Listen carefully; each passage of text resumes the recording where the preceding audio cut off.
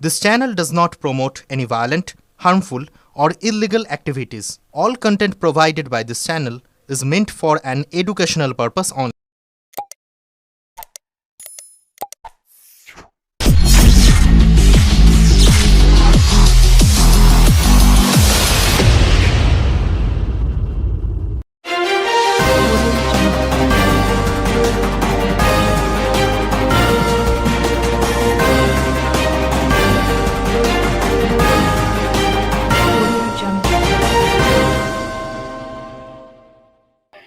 রামনবমী উপলক্ষে চন্দ্রনগর পুলিশ কমিশনারেটের police commissioner Amit P Javalgi Uttarpara শহরে রামনবমী উপলক্ষে মিছিলের রুট পরিদর্শন করলেন।